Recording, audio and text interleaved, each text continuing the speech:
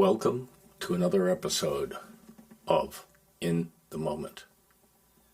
This is the third installment of Map of the World.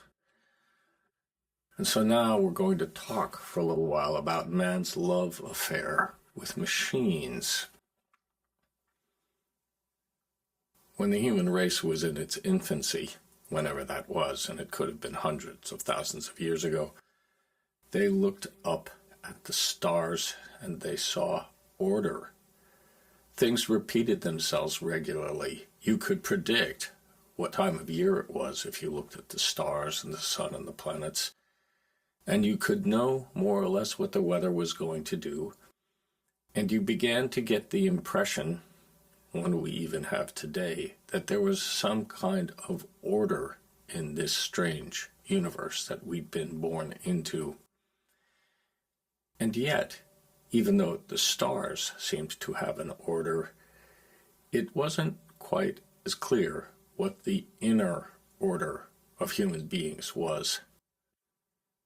We could chart the stars, we could make maps of them, but we couldn't make a map of what was inside us.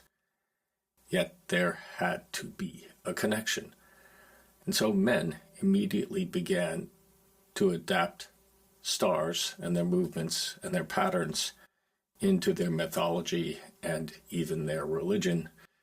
They assigned the shapes of animals to various constellations.